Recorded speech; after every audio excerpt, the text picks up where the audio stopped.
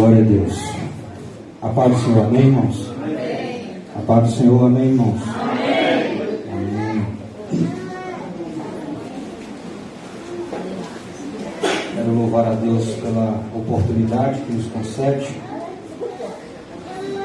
É uma honra para nós podermos estar orgulhosos da palavra do Senhor, pela graça que só Ele pode conceder a cada um de nós. Quero louvar a Deus pela vida dos nossos amigos que estão aqui conosco, Leon, sua esposa, irmã Cristina, Flávia. Deus abençoe vocês, os demais visitantes, que vocês se sintam à vontade no nosso meio e possam retornar sempre que quiserem. Esta casa é do Senhor, essa casa é sua. Eu quero convidá-los a abrir a sua Bíblia, o segundo livro das Sagradas Escrituras, o livro do Êxodo.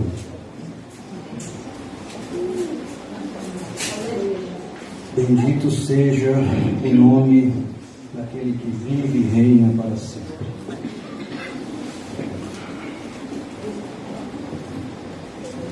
Livro do Êxodo, capítulo 13. Aleluia, Jesus. Glória a Deus.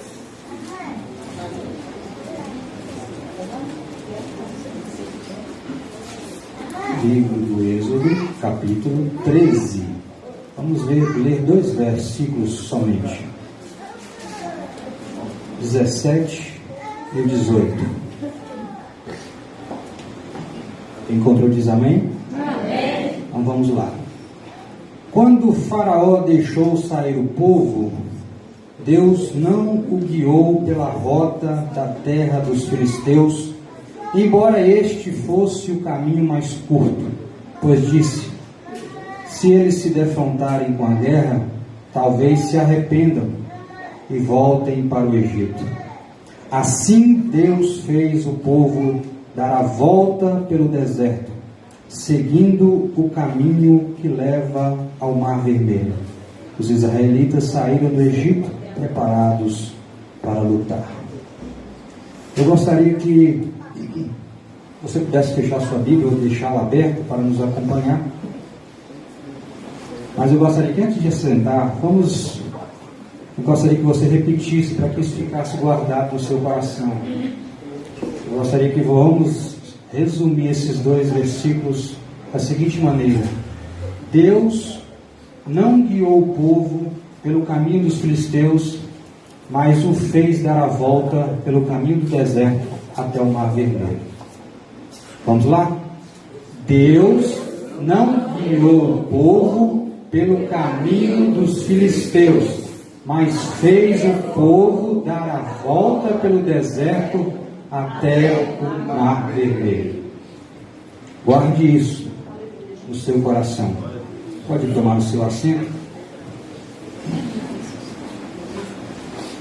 Porque nós pedimos os irmãos para poder recitar de uma maneira um pouco mais sucinta esses dois versículos do livro do Êxodo. O livro do Êxodo é o segundo livro da Bíblia, obviamente que todos sabem disso. É um livro que trata de um momento extraordinário e épico ao mesmo tempo, porque é um livro que relata a história e o início da história de uma nação. Esta nação não é outra senão a nação de Israel. O livro do Êxodo trata do crescimento, da instituição e da aliança deste povo com o próprio Deus. Portanto, quando você ler o livro do Êxodo, você vai observar que ali você vai ver a história desse povo, como eles surgem, como eles se tornam uma grande nação, como eles se instituem, o próprio Deus o institui, como que é estabelecida essa aliança, e depois quando esse povo segue a sua jornada como uma nação propriamente dita, porque até então não era apenas um amontoado de pessoas, uma aglomeração de gentes de uma descendência. Mas quando nós lemos o texto que nós recitamos aqui, e nós observamos que nesta passagem, e isso me chama a atenção quando eu estava lendo esses capítulos iniciais do livro, E quando eu me deparei aqui, eu estava lendo o livro, eu parei nessa passagem e daqui eu não conseguia adiantar mais. Eu parei aqui e fiquei querendo compreender o que está escrito aqui, que nós acabamos de ler. Deus não guiou o povo pelo caminho da terra dos filisteus. No entanto, a Bíblia diz que este caminho era o caminho mais curto. No entanto, Deus fez com que o povo desse uma volta pelo deserto e fosse em direção ao Mar Vermelho. E nós sabemos que na nossa caminhada, na nossa jornada, obviamente quando se trata de uma trajetória, de um caminho, no nosso dia a dia a gente procura sempre os caminhos mais curtos, os caminhos menores, por que não dizer muitas vezes alguns atalhos. Isso é um pouco até instintivo nosso, natural no nosso dia a dia. No entanto, quando nós vemos sobre esta história do povo de Israel, aqui nesse momento crucial da sua história, Deus fez com que esse povo percorresse não o caminho que naturalmente deveriam fazer, que seria o caminho mais curto. Se você for olhar a geografia de onde estava o povo de Israel e para onde eles deveriam ir, você vai perceber, se você pesquisar, que o transcurso deles, de sua origem ao seu destino, duraria menos de que 30 dias. Seria, segundo alguns, calculam que em torno de 600 quilômetros seria a jornada. No entanto, não foi essa a trajetória que eles seguiram. Eles foram por um caminho mais longo.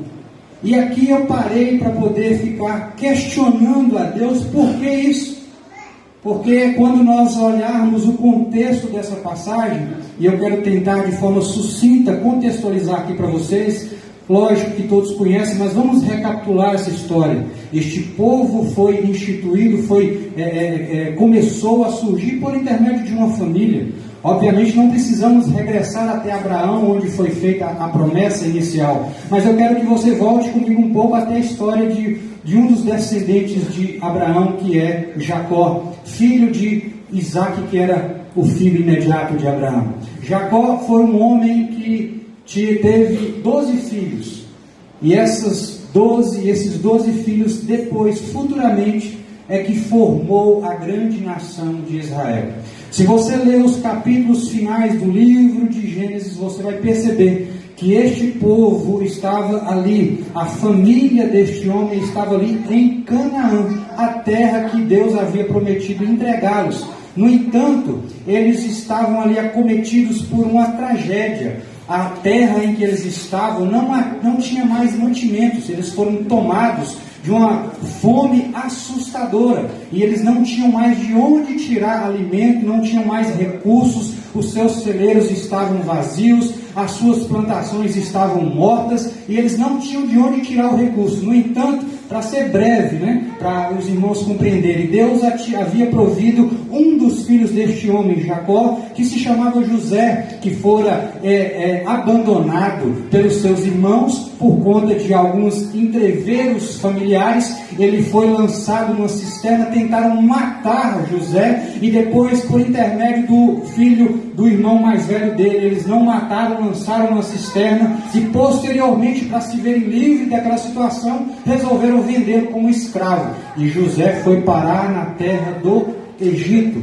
Chegando lá, José ainda teve umas situações meio tumultuosas. José foi parar numa prisão, e por lá ficou cerca de aproximadamente de 13 anos, preso de forma injusta, sem cometer um delito sequer. No entanto, Deus jamais abandonou e esqueceu aquele moço. A Bíblia diz que Deus era com José, quando ele estava na cisterna, quando ele foi vendido como escravo, quando ele estava preso no Egito, e de lá ele tirou e tornou aquele homem governador do Egito, de toda aquela região. E por intermédio daquele rapaz, de repente, diante daquela assolação na terra e em toda a região, que o povo estava desesperado, sem saber o que fazer, diante da fome que lhes abateu, aí Deus levantou aquele homem para poder trazer a solução em meio àquele caos. José, então, usado pelo Senhor, guiado e orientado por Deus, ele estabeleceu o que deveria fazer ali no governo, na sua administração daquele povo, daquela terra. Ele encheu os celeiros quando os momentos eram de bonança, e quando veio a fome, ele tinha celeiros cheios, abastados, para suprir a necessidade daqueles que estavam no Egito e também daqueles que estavam aos seus arredores, daqueles que estavam em Canaã. E aí ficaram sabendo, Jacó e todos os seus filhos, que no Egito havia comida. Então Jacó manda os seus filhos ir até o Egito para poder comprar esse alimento. Lá eles encontram com José, depois de vários e vários anos. Talvez eles pensassem que aquele homem já estava morto, mas não. E ali José oferece mantimento para eles, supre as suas necessidades, se revela para eles, porque de início eles não reconheceram José. Eles se revelam quem ele era, eles ficam atemorizados. No entanto, José fala assim: não fique preocupado, não precisa ficar com medo, não vou matar ninguém, não vou vingar ninguém. Eu quero que vocês venham morar aqui comigo, vá buscar o meu pai e toda a família e tragam eles para cá. A Bíblia diz que assim foi feito. Eles foram buscar Jacó e todo o restante da família. A Bíblia fala que eles chegaram no Egito, eram aproximadamente 75 pessoas. Pensa comigo, 75 pessoas. É uma nação? Dá para fazer uma nação com 75? Não dá.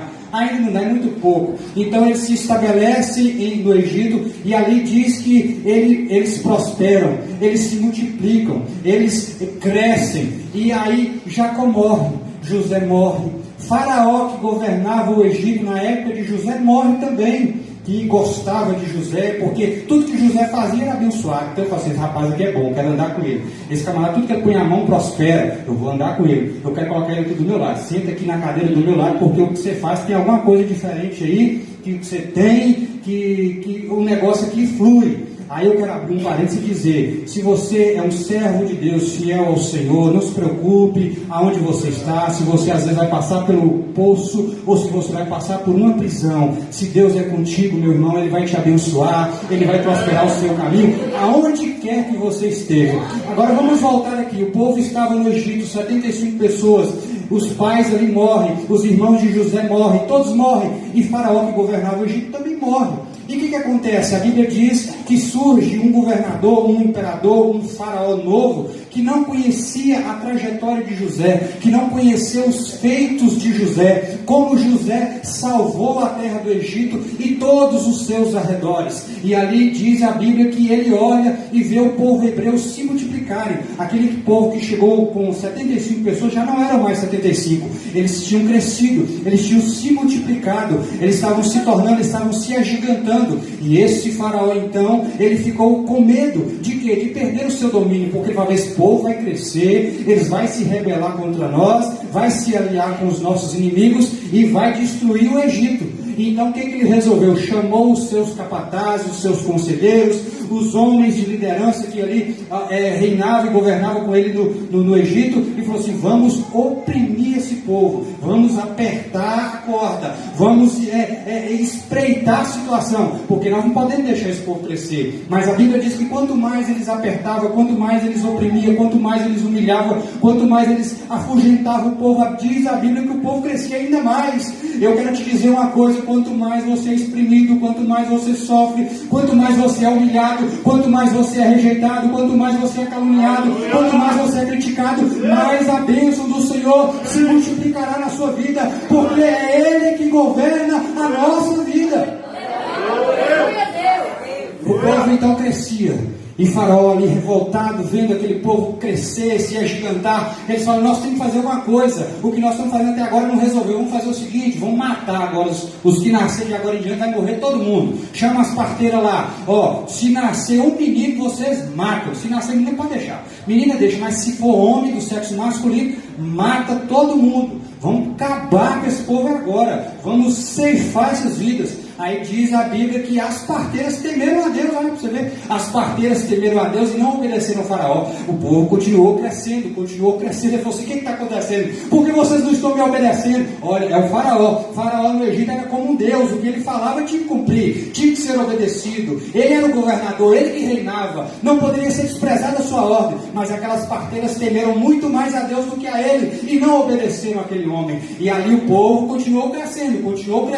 Ele falou assim: então tá bom, não mataram não, então eu vou dar ordem, decreto, selado pelo selo do imperador, do faraó, do rei do Egito. Todas as crianças vão ser lançadas no livro. Vou matar, eu quero acabar, eu quero fazer um infanticídio aqui, acabar com esse povo de uma vez por todas. E ali então ele decreta que isso aconteça. Imagine o desespero no meio do arraial de Israel, as crianças tendo que ser lançadas ao rio e ficar ali, como se diz, a Deus dará. Aí no meio dessa situação tenebrosa, terrível, diz a Bíblia que um casal teve um filho. E esse filho, ele nasceu e era de uma beleza um pouco distinta do que das demais, que chamou a atenção daquela mãe, daquele pai, e eles resolveram esconder aquela criança. Eles não queriam perder aquela criança, eles não queriam que aquela criança morresse, mas aí já estava a provisão divina. Aquele menino então foi escondido pelos seus pais, apenas durante 3 meses, não conseguiram mais esconder. E agora o que vamos fazer? O decreto está estabelecido, vamos ter que lançá-lo no Nilo. O que vai fazer? A mãe então pega um cestinho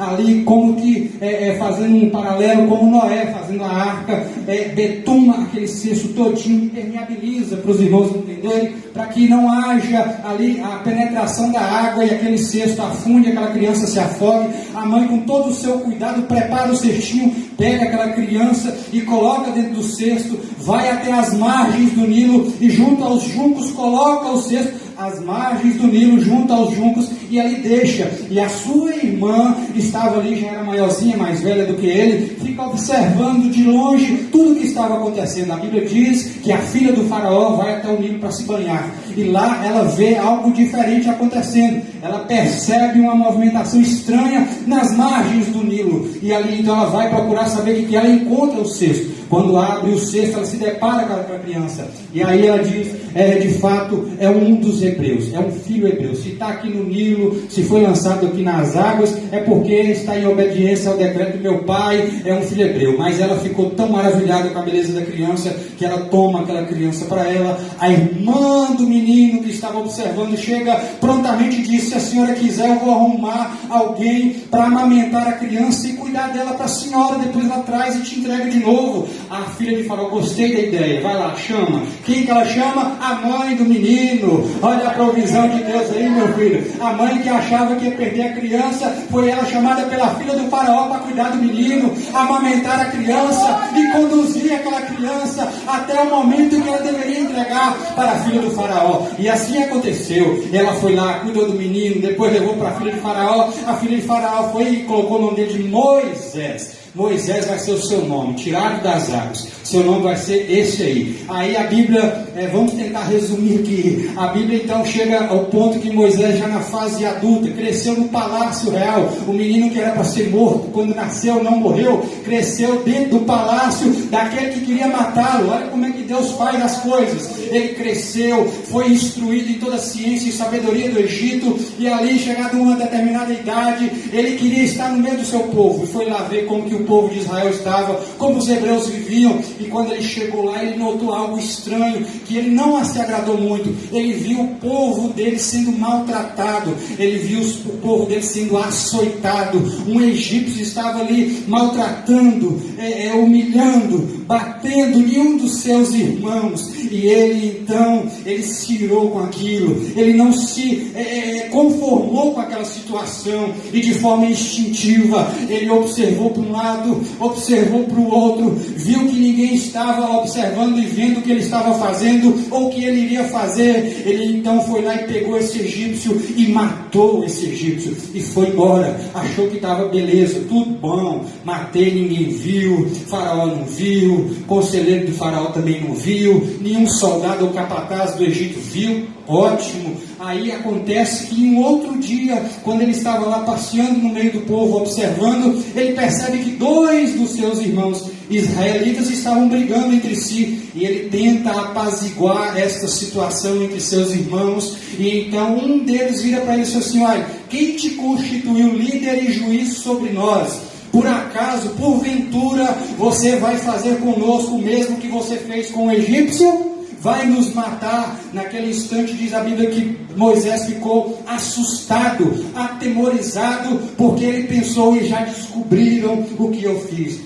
A notícia já deve ter chegado no palácio. Faraó vai mandar me matar pelo que eu fiz. Vou dar no pé, como a gente costuma dizer no nosso linguajar. Vou fugir daqui, porque se eu ficar, Faraó irá me matar pelo que eu fiz. E assim ele foi pelo deserto, vagando, sem rumo, sem direção. Chegou a uma determinada localidade, para à beira de um poço. Vêm algumas mulheres a esse poço para tomar água e dar água aos seus rebanhos. Essas eram filhas de um sacerdote daquela terra. Esse sacerdote tinha o nome de Reuel, ou talvez mais conhecido de você por Jetro. Ali ele então para sempre e observa aquela cena. De repente, alguns homens que estavam ali nos arredores maltratam essas mulheres e não as deixa tomar a água e dar no seu rebanho. Moisés, vendo aquela situação, instintivamente como ele era, um homem, vendo as mulheres sendo maltratadas,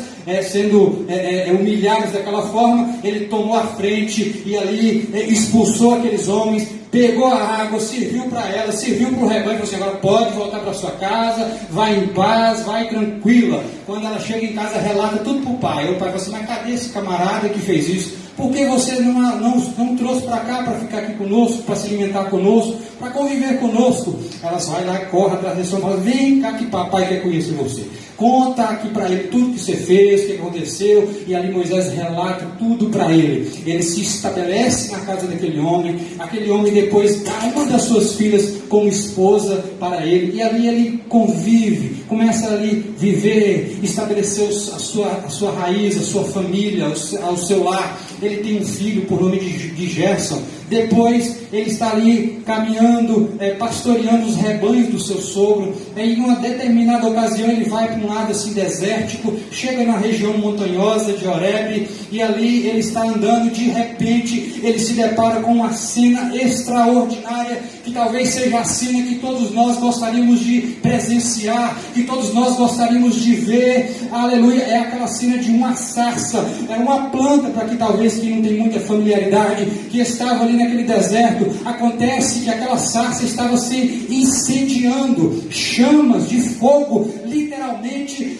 tomava conta daquela planta. O que espantava Moisés não era somente o fogo naquela sarça, é porque ela não se consumia. E então ele, espantado com aquilo, ele tenta se aproximar. Ele ficou impressionado de tal maneira que diz o texto sagrado que ele tenta se aproximar para poder ver o que estava acontecendo. De repente ele escuta uma voz dizendo: Moisés, Moisés. E ele disse: eis-me aqui. E eu imagino que Moisés começa a olhar para um lado, começa a olhar para o outro, olha para aquela planta, aquele fogo pegando, e ele escutando uma voz dizendo: Moisés, Moisés. E ele disse: eis-me aqui. Que voz é essa? Eu nunca escutei essa voz, é diferente, esta imagem é diferente, tem alguma coisa estranha aqui. Eu não sei o que é. Ele diz: tira a sandália dos teus pés, porque a terra que você está é terra santa, Moisés. Não se achega até aqui. Eu sou o Senhor. Naquele instante Moisés tampa o seu rosto, com medo de olhar para a face de Deus, para a sua santidade, para a sua majestade, porque ele temia pela própria vida, porque ele sabia que se ele contemplasse o santo dos santos, ele seria fulminado pelo seu poder e pela sua glória. Diz-nos a Bíblia que Moisés então tirou as suas sandálias ali, tampou o seu rosto e diz: eis-me aqui, Senhor. Aí ele disse: Moisés, eu ouvi o gemido do meu povo que está escravizado naquela terra.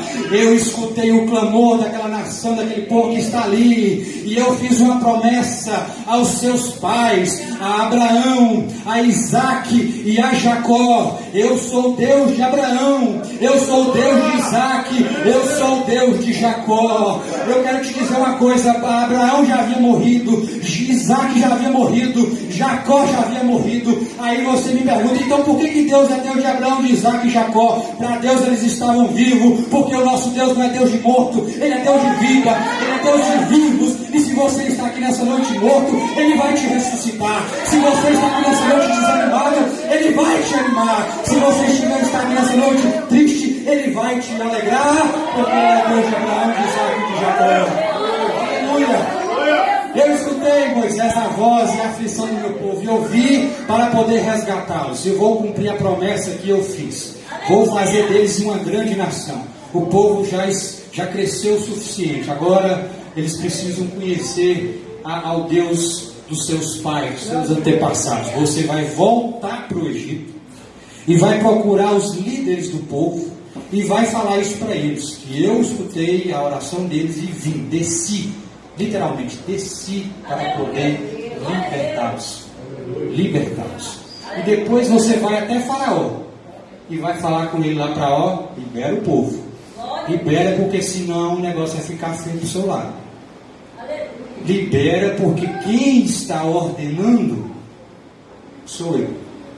Quem? Eu sou. Quem? Eu sou. Moisés questiona a Deus, mas eu? Quem sou eu para falar com o Faraó? Eu serei contigo, Moisés. Mas e quando eu chegar para o povo e falar que o Senhor apareceu para mim e me deu essa instrução toda? Ele vai falar assim, ó, diga para o povo que eu sou o que sou. E enviou você para até eles. E aí Moisés começa a questionar com Deus. Eu não posso, eu não sei falar, eu não sei isso, eu não sei aquilo. Parece nós, né?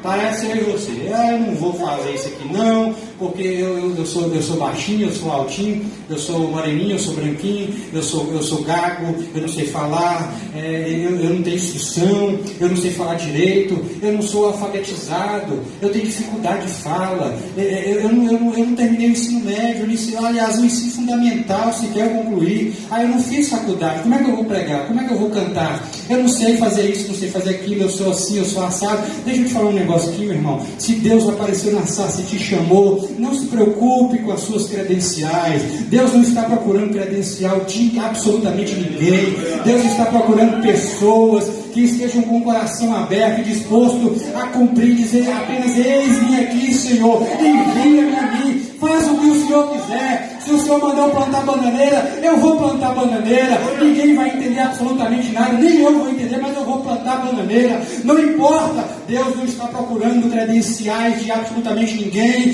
Deus está procurando pessoas que realmente estejam dispostas a servi-lo conforme a vontade soberana dele.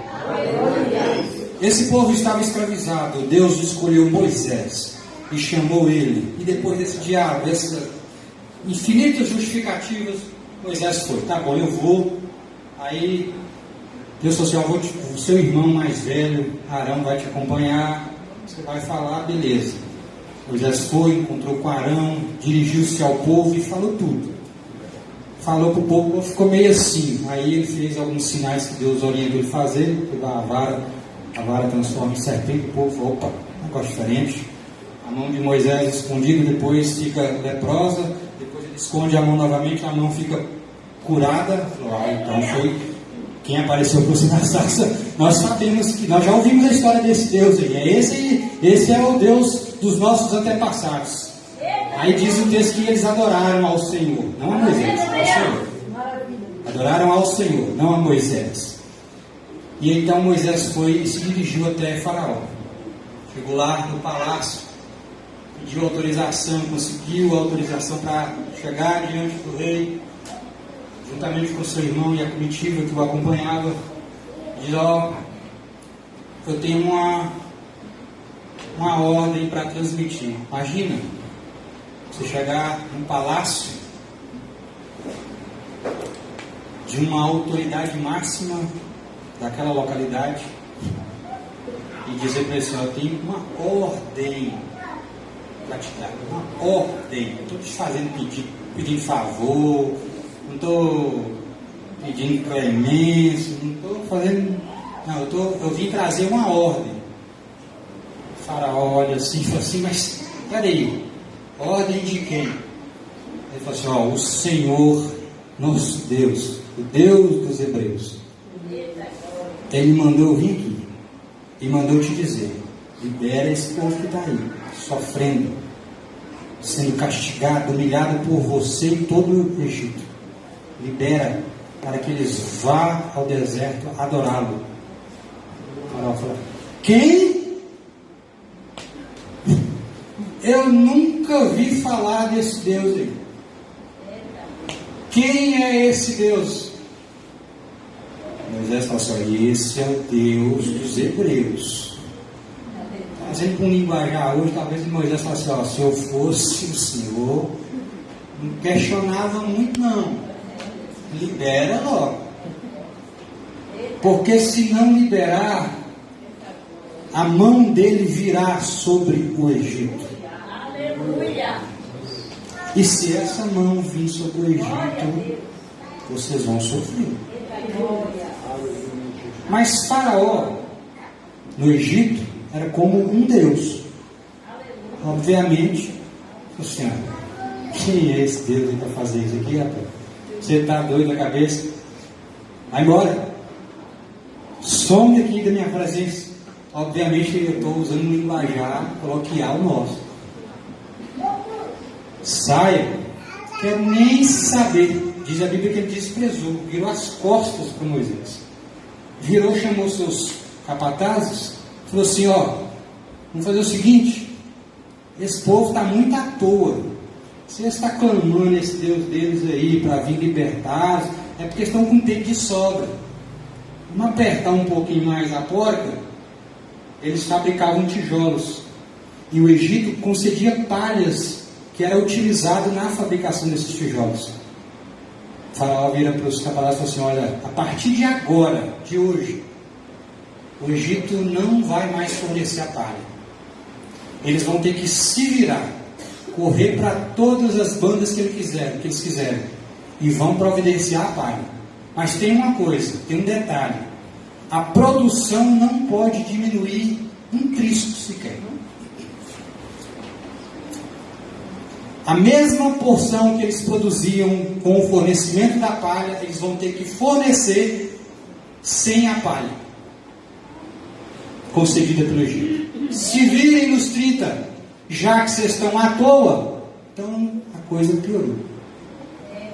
Então os líderes de Israel viram para Moisés e falaram assim: está vendo o que você veio fazer aqui para nós? Veio trazer a ira de Faraó sobre nós, a espada dele, nós vamos morrer agora. E Moisés, sem saber o que fazer: Senhor, imagine nós, se fosse eu e você, numa situação dessa. Talvez Moisés pensou que Deus ia fazer com que Faraó liberasse o povo imediatamente, mas não fez.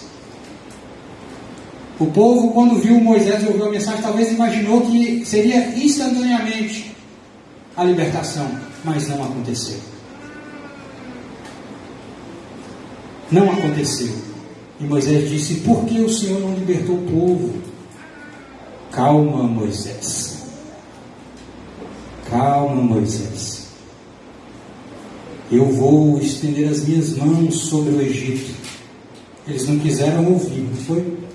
Agora eu sou obrigado a estender as minhas mãos, porque somente com a intervenção de um braço forte é que Faraó cederá e vai liberar o meu povo, Moisés. E você verá. A Bíblia nos conta que foram enviadas 10 pragas sobre o Egito. As águas se transformaram em sangue, enxames de piolho, de mosca, de gafanhoto, pragas sobre os rebanhos, a morte dos rebanhos do Egito morreram. Os egípcios ficaram leprosos, feridas purulentas.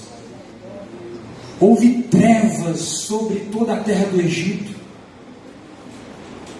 Choveu granizo, nós ficamos desesperados aqui alguns dias atrás, choveu granizo aqui, que nós ficamos desesperados. Você imagina no Egito, em que choveu granizo de forma aterrorizante, muito mais graduado do que foi aqui. Se nós assustamos com o que aconteceu aqui esse dia, você imagina lá no Egito, que foi numa proporção muito maior do que foi aqui.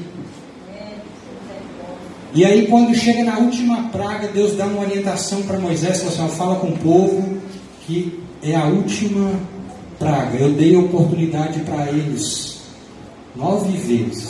Eu dei chance para eles liberar o povo. Não quis. Pois bem, nessa última praga eu vou ceifar todos os primogênitos da terra do Egito, inclusive os animais, desde o palácio de Faraó até o calabouço, a prisão. E ali Deus dá a Moisés a instrução para eles celebrarem uma festa. Essa festa seria a Páscoa. Páscoa significa passagem. Por quê? Porque Deus orientou a Moisés a dizer ao povo: vocês vão reunir o povo, cada um na sua casa, sua família, reúne todo mundo, traga todos aqui. No 10º dia, esse mês agora, vai ser para vocês o primeiro mês do ano. E se você observar o mês de Abib, é o primeiro mês no calendário judaico religioso, não civil. E no 10º dia desse mês, vocês vão separar um cordeiro. Cordeiro puro, sem mancha, imaculado. E no 14º dia deste mês, vocês vão se reunir na casa e vocês vão sacrificar esse cordeiro. O sangue desse cordeiro vocês vão pegar com sopro e vai passar nos umbrais das portas das casas onde vocês estiverem. Se a casa for pequena, o número de membros dessa casa, reúnam-se com seu vizinho, porque esse cordeiro vocês vão comê-lo, vocês vão assá-lo e vai desfrutar desse cordeiro ao longo de toda a noite. Mas não esqueça, passe o sangue nos umbrais da porta. Por quê? Porque à meia-noite eu passarei no meio da terra do Egito, e aonde eu passar que não houver o sinal do sangue nos umbrais da porta, eu ceifarei a vida do primogênito daquela casa. E eu quero te dizer uma coisa: o Cordeiro imaculado, santo, perfeito, morreu numa cruz do Calvário, e o seu sangue foi aspergido sobre a minha vida, sobre a sua vida, para que quando o anjo da morte passar, ele não venha te tocar, porque você foi separado, consagrado, remido pelo sangue do Cordeiro perfeito.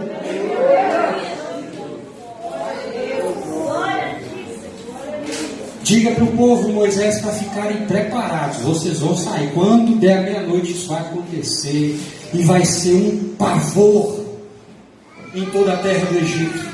E vocês vão sair. Então fiquem preparados. E assim foi feito. Deu meia-noite e o anjo do Senhor passou sobre toda a terra do Egito.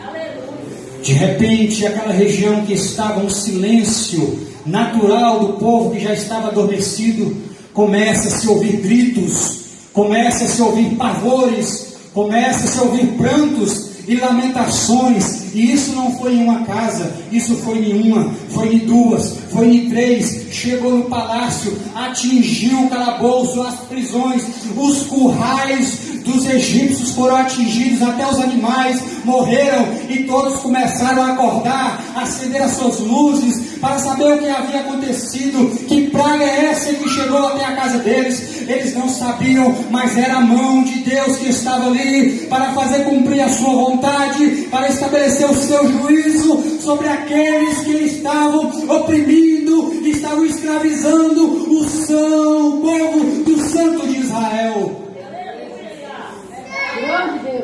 E ali então Faraó chama Moisés, chama Arão, chama depressa esses homens, traga eles rápido aqui na minha presença.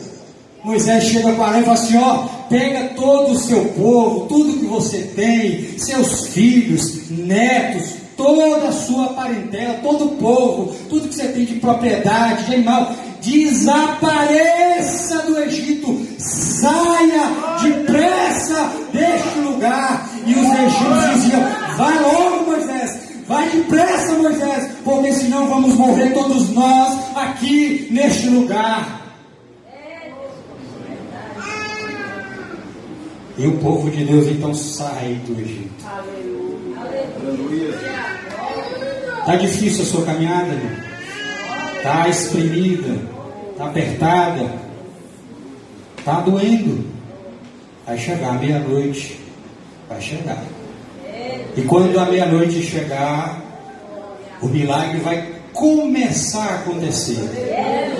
Começar a acontecer. O milagre não começou e findou à meia-noite, ele começou à meia-noite.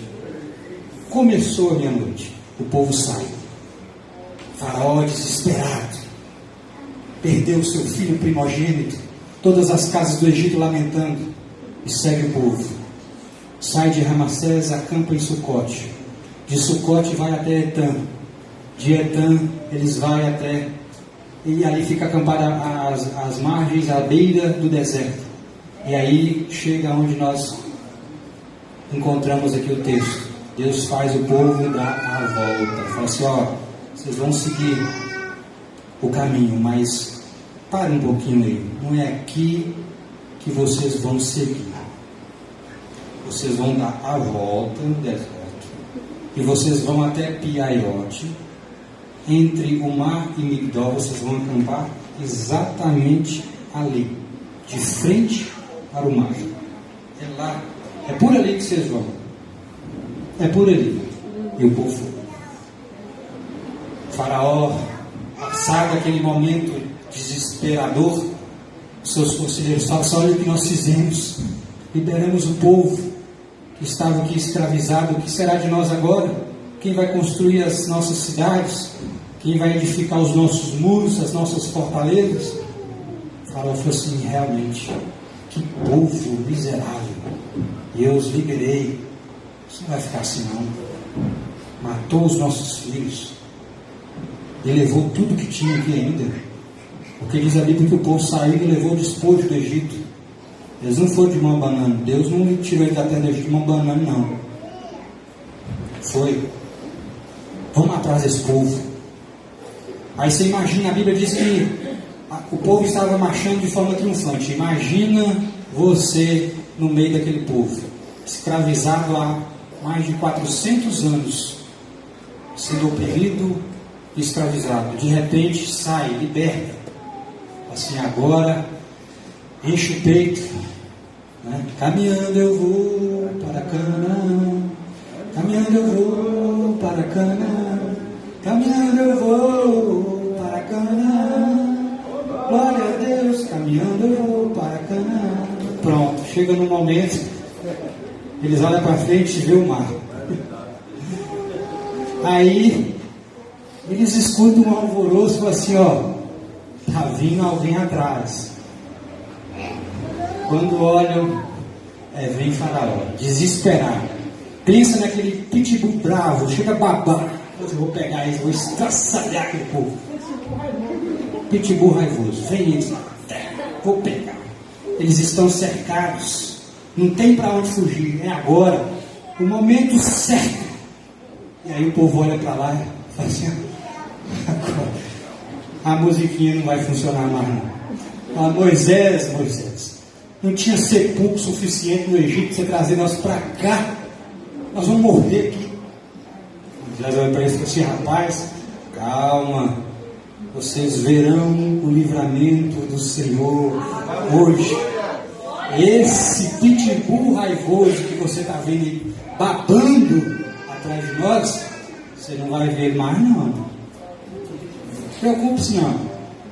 Moisés orou ao Senhor e falou assim, Moisés, pode mandar o povo seguir, continue, pode marchar, pode ir avante, não é para voltar e não é para ficar parado. E o povo foi, e Moisés atrás, Faraó atrás, babando atrás do povo. Chega diante do mar. O que acontece, irmãos? Deus manda um vento oriental bem forte. As águas do mar se abrem. Diz os estudiosos que a profundidade média do mar vermelho era de 500 metros de profundidade. Médio, profundidade média. E ali Deus manda um vento e separa aquelas águas. Imagina uma parede de água de cerca de 400, 500 metros de um lado e de outro. Vai, Moisés, manda o povo embora, segue o caminho. E eles vão. E Faraó fala assim: vamos atrás desse povo, vamos atrás desse povo. E aí nós sabemos o milagre que aconteceu. Aqueles que estavam perseguindo o povo de Israel foram tomados pelas águas. Quando o povo terminou de atravessar, as águas se fecharam sobre eles e eles morreram e pereceram pela mão poderosa do nosso Deus. E talvez você está me perguntando: mas por que você me fez repetir no início que Deus não guiou o povo pelo caminho mais curto, mas o guiou pelo caminho mais longo? Você escutou essa história todinha até aqui e talvez está se perguntando: eu ainda não entendi por que Deus fez isso. Por que Deus fez o povo dar a volta pelo deserto e parar diante do mar e não deixou que ele seguisse a rota menor para alcançar a vitória? E o texto nos fala, nos ensina, e eu vou finalizar explicando rapidamente sobre isso aqui. Primeiramente, quem conduziu o povo? Deus. Quando nós lemos o texto, diz: quando o faraó deixou sair o povo. Por isso que eu fiz essa retrospectiva toda, para que você percebesse que ao longo de toda a trajetória do povo, desde quando eles estavam lá com Jacó, até eles se multiplicarem na terra do Egito e sofrer toda a escravidão, quem estava no controle absoluto da situação e da história? O próprio Deus. Quem conduziu aquele povo foi o próprio Deus. Foi eu, não foi Moisés, na sua intelectualidade, na sabedoria egípcia que ele adquiriu, na experiência do deserto, que foi o próprio Deus que conduziu aquele povo. Segundo lugar, por onde ele conduziu? Pelo caminho mais longo. E aí vem a terceira pergunta: por quê? Que é o grande X da questão aqui para nós. Por que pelo caminho mais longo? Porque o texto diz que no caminho dos filisteus era um caminho de guerra. O caminho mais curto levaria o povo hebreu a se deparar com fortes nas fronteiras do território egípcio. E ali há uma movimentação intensa de grupos militares. O povo de Israel ia se deparar com situações que eles seriam obrigados a guerrear. Qual treinamento de guerra tinha aquele povo? Nenhum. Qual experiência de luta tinha aquele povo? Nenhuma. Então por que Deus não levou pelo caminho mais curto, levou pelo caminho mais longo? Para protegê-los dos inimigos que eles não poderiam avistar.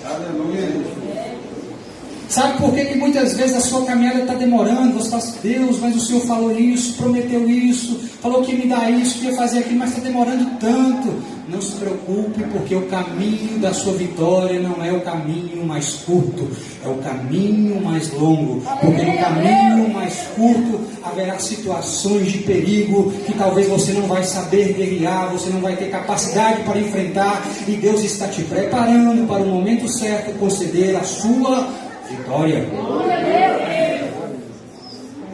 O caminho mais curto nem sempre é o melhor caminho. Deus levou esse povo pelo caminho mais longo, por quê? Porque diz o texto: se eles se depararem com essa situação de guerra, de perigo, eles talvez se arrependam e voltem para o Egito.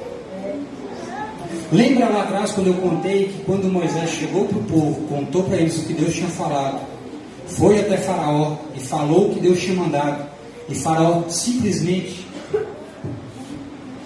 virou as caras para ele e aumentou a carga de sofrimento do povo?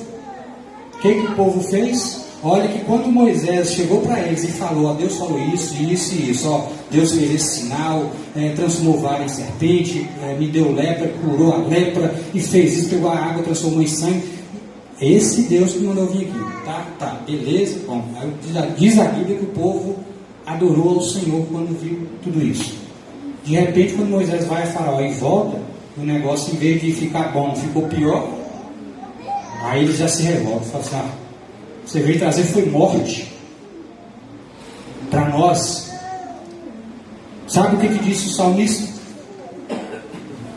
Salmo 103. O Senhor conhece a nossa estrutura e Ele sabe que nós somos pó. Deus sabia perfeitamente com quem Ele estava lidando.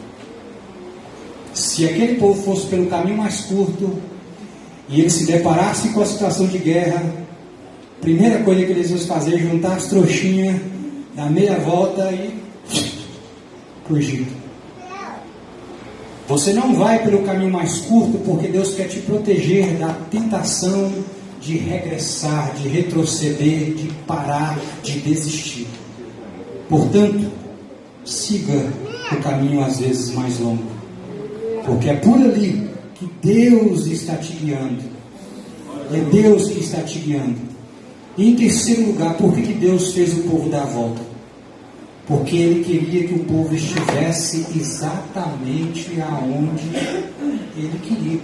Queria que o povo ficasse ali, de frente para o Mar Vermelho, porque ali seria o grande triunfo de Deus sobre todo o Egito.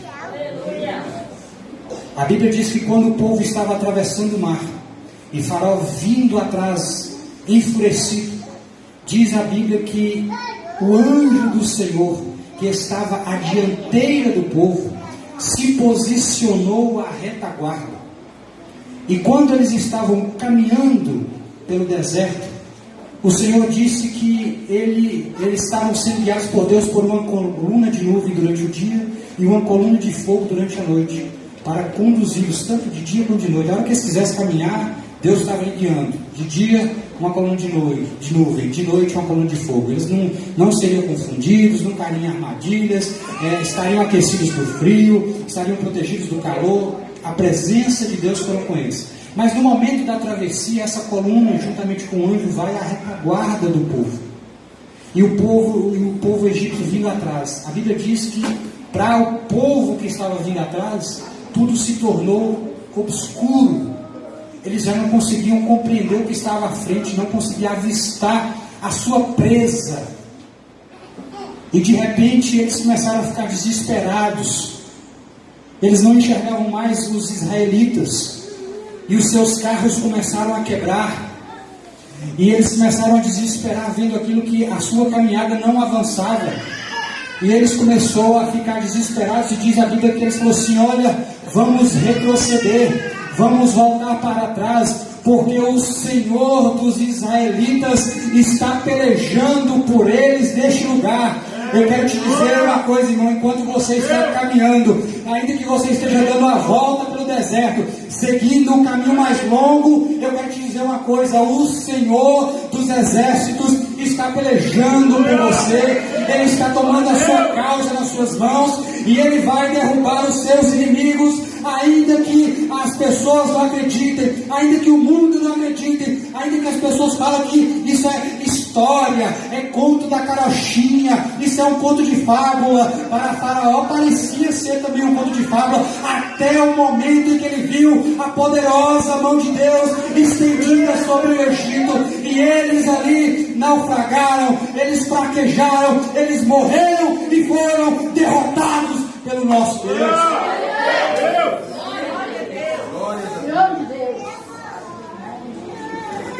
Portanto, irmãos, para finalizar, grave isso: o caminho mais curto não significa ser o melhor caminho. Isso é um princípio estabelecido aqui. Cuidado com o caminho longo. Na nossa vida cristã não existe atalho, existe caminho. Jesus disse: eu sou o caminho, não atalho. Não tem atalho, irmãos. A nossa caminhada, quem nos guia é Deus. Se porventura você não está compreendendo as coisas, deixa Ele te conduzir, deixa Ele te guiar. Provérbios capítulo 14, versículo 12, que diz que há caminho que para o homem parece caminho bom. Talvez esse atalho que você está observando para alcançar a sua bênção, a sua vitória, parece ser bom para você, mas diz o texto que no final dele é caminho de morte. Há caminho que para o homem parece ser bom, mas o final esse caminho te conduz à morte. Aí eu lembro do que o profeta Isaías disse no capítulo 55, versículos 8 e 9. Os meus pensamentos não são os vossos pensamentos, os meus caminhos não são os vossos caminhos. Assim como os céus são mais altos que a terra, assim os meus caminhos são mais altos que os vossos caminhos, e os meus pensamentos mais altos que os seus pensamentos. Talvez você não compreende, porque nós somos limitados, nós temos uma limitação de compreensão, de entendimento, mas nós precisamos entender que o caminho do Senhor para nós é o melhor caminho a ser seguido, o caminho que Deus estabeleceu para mim e para você, ainda que seja longo, ainda que demore, é o melhor caminho a ser seguido. Diz o salmista no Salmo 18, verso 30, o caminho de Deus é perfeito, o caminho seu é tortuoso, o caminho desse mundo não é maravilhoso, ele é aparentemente bom, mas não é um caminho bom. Caminho bom e perfeito é o caminho do Senhor nosso Deus. Nós precisamos fazer o que está escrito em Deuteronômio, capítulo 10, versículo 12. Ó Israel, que o Senhor teu Deus pede de ti, senão que tema o Senhor teu Deus e ande no seu caminho. E nessa noite, para finalizar, eu quero conclamar você, eu quero desafiar você a fazer o que o salmista escreveu no Salmo de número 37, versículo 5. Entrega o teu caminho ao Senhor e confia nele. Ele fará quando for necessário. Coloque-se de pé, por gentileza. Os caminhos do Senhor são melhores que o nosso. Cuidado com o caminho mais curto. Deixe Deus te conduzir, deixe Deus te guiar. E não se preocupe se o caminho for longo, árduo, difícil.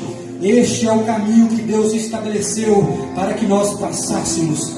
E saiba de uma coisa, ao final deste caminho, você cantará o hino da vitória, como Miriam cantou o hino da vitória. O povo passou de pé enxuto no meio do mar. 400 metros de água à esquerda, 400 metros de água à sua direita, e eles passando a pé enxuto no meio das águas. Olhando para trás, o exército de Faraó, e achavam que não tinha saída, mas Deus fez a saída surgir aonde não parecia. Deus faz a solução brotar aonde parece que não tem solução, irmão. O Deus que nós servimos, o Deus que te conduz por um caminho mais longo, é o Deus que traz à existência aquilo que não existe. É um Deus que pode operar um milagre aqui hoje. É um Deus que pode transformar aqui hoje. É um Deus que salva aqui hoje. Mas se Ele decidir fazer você transcorrer um caminho um pouco mais longo para alcançar essa vitória, não se preocupe. Vá, siga adiante, siga avante nessa jornada, porque o Senhor te dará a vitória. O Senhor te fará triunfar. Eu quero, para orar e finalizar, eu quero convidar você